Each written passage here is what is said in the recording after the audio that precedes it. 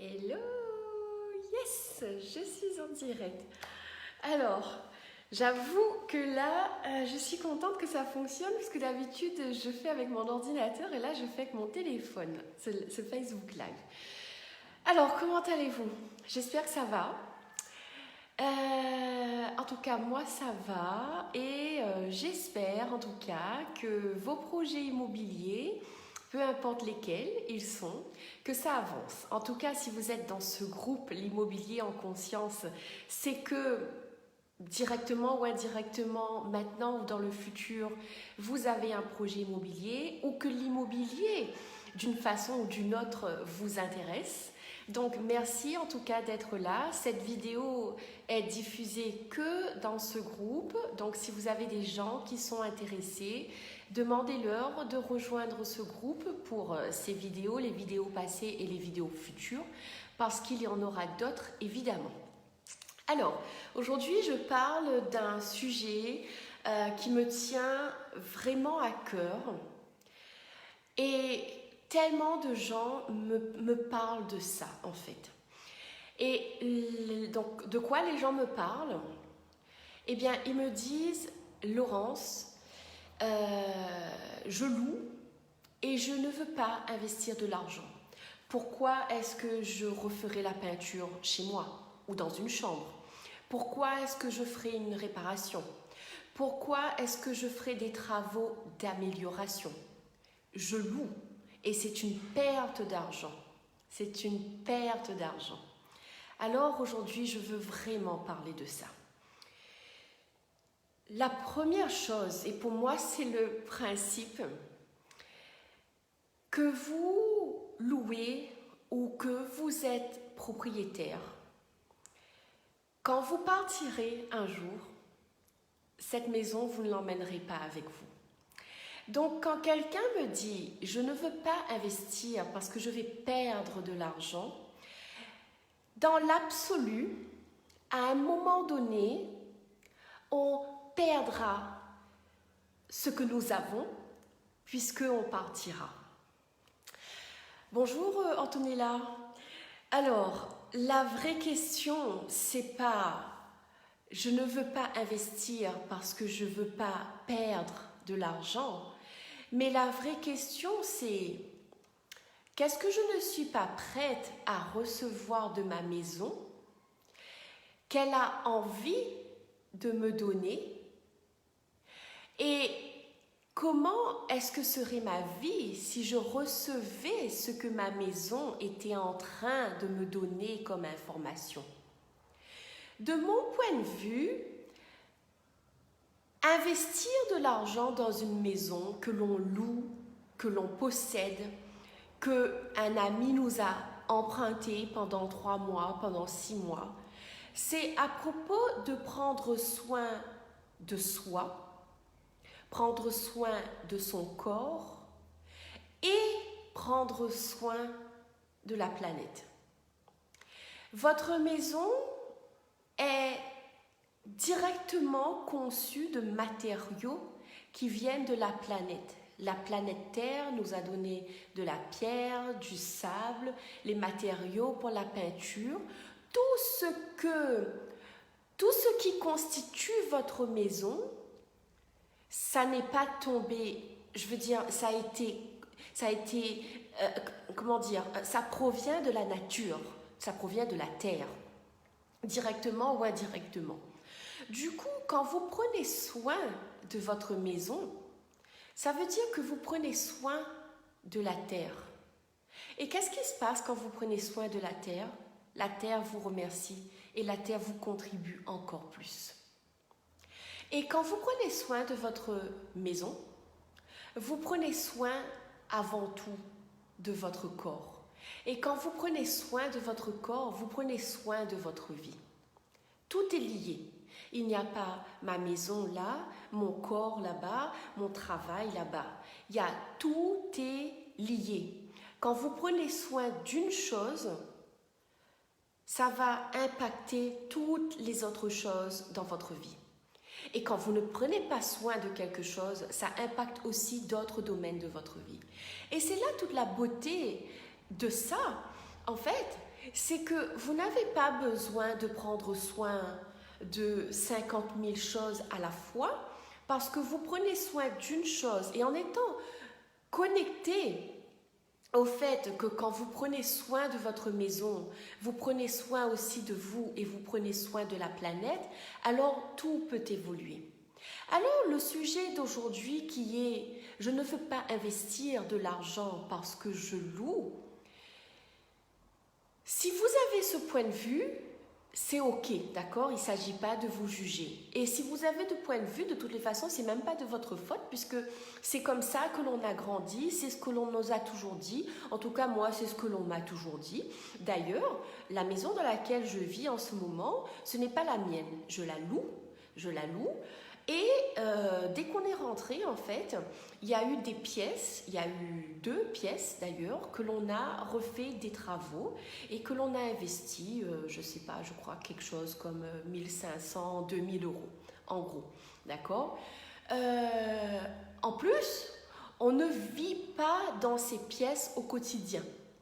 Mais pour mon mari et moi, c'était évident que ces 2 pièces, on allait les utiliser à un moment ou à un autre et que dans l'état dans lequel elles étaient, c'était pas ce qui nous apportait de la joie. Donc, on aurait pu investir plus d'argent, on a choisi d'investir le minimum, mais en revanche, on a choisi d'investir. Notre propriétaire était d'accord. On ne lui a jamais dit « quand on repart, vous nous rendrez votre argent ». On lui a simplement demandé son autorisation pour réharmoniser ses pièces. Il nous a dit « ok ». Et quoi qu'il se passe demain, que l'on parte d'ici ou pas, à aucun moment il est convenu que l'on demande au propriétaire de nous rembourser cet argent. Vous savez pourquoi? Parce que d'ores et déjà, cette maison, elle nous a déjà rendu notre argent en plein de fois plus que ce que l'on a déjà investi. Comment? En ayant plus de joie dans cette maison, en sachant que chacune des pièces de notre maison peut être utilisée. Cette maison, on a reçu plein d'amis, plein de membres de notre famille depuis qu'on est là. Et si on n'avait pas fait ces travaux, on n'aurait pas pu accueillir ces gens. Aujourd'hui, on est content de pouvoir accueillir nos amis et notre famille. On est content de pouvoir utiliser tous ces espaces et de vraiment marcher à travers notre maison et de savoir que chaque pièce est mise à son avantage. Peut-être pas à son maximum, mais en tout cas mise à son avantage parce que l'on a pris soin d'elle. Et je vous avouerai que l'état dans lequel ces 2 pièces étaient au départ, c'était pas du tout invitant, c'était pas du tout engageant. D'ailleurs, c'était brut, nu, poussiéreux. Et nous, on a voulu réinvestir, même si on ne vit pas dans ces pièces au quotidien. Alors, si vous aussi, votre point de vue, c'est « je loue, donc je ne peux pas investir », ma question pour vous, c'est « est-ce que représente cette maison pour vous? Est-ce que vous l'aimez? Est-ce que vous l'aimez à un point tel que vous vous dites « je vais prendre soin de ma maison ». Cette question peut être dérangeante et j'en suis navrée et en même temps je ne suis pas navrée. Pourquoi? Parce que si la réponse à cette question est « finalement je n'aime pas où je vis », alors c'est que c'est le moment de changer quelque chose. Soit de réharmoniser votre maison pour que vous l'aimiez un peu plus, soit c'est le moment de réfléchir à qu'est-ce que vous désirez créer dans votre vie et peut-être d'envisager de déménager. Nos maisons n'ont pas de point de vue si c'est moi qui habite là, si c'est mon voisin, si c'est un membre de ma famille. Peu importe qui habite là, nos maisons n'ont pas de point de vue. En revanche, nous, on a des points de vue par rapport à tout ça. Et le plus que l'on va choisir de prendre soin de nos maisons, le plus que nos maisons vont nous le rendre, le plus qu'il y a des choses qui vont nous arriver, qu'on va même pas savoir d'où ça sort, et que en tout cas, ça va être génial. Ok? Alors, donc, ma question pour vous, c'est est-ce que vous aimez votre maison? Est-ce que vous l'aimez suffisamment au point de savoir, d'avoir confiance? Alors, déjà, au point de vous dire, peu importe quoi, j'aime ici et je perçois que dans cette pièce, par exemple, il y a besoin de refaire la peinture ou des petits travaux d'amélioration. Alors, je vais commencer à regarder de quelle façon est-ce que ça peut se faire le mieux possible.